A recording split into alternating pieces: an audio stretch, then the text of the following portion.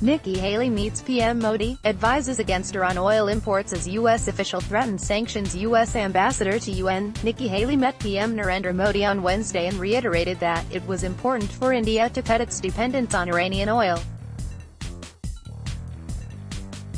New Delhi, even before reports of a U.S. government official warning the Indian government against buying oil from Iran died down, U.S. Ambassador to the United Nations, Nikki Haley met PM Narendra Modi on Wednesday and reiterated that it was important for India to cut its dependence on Iranian oil. Haley, however, added that the United States would still allow India to use the Chabahar port as a corridor to Afghanistan. The United States has told countries to cut all imports of Iranian oil from November and is not willing to give waivers to any country, a senior State Department official said as the Trump administration ramps up pressure on allies to cut off funding to Iran.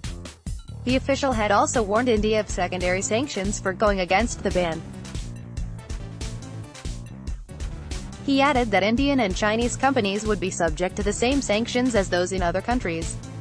With this, the United States has once again asserted that India and others, including China, will have to stop their imports of crude oil from Iran by November 4 and thus, abide by the reimposed U.S. sanctions on the Middle East nation.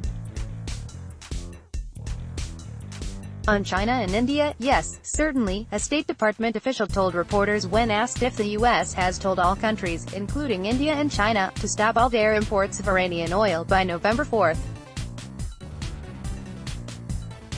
The official further warned India of secondary sanctions for going against the ban.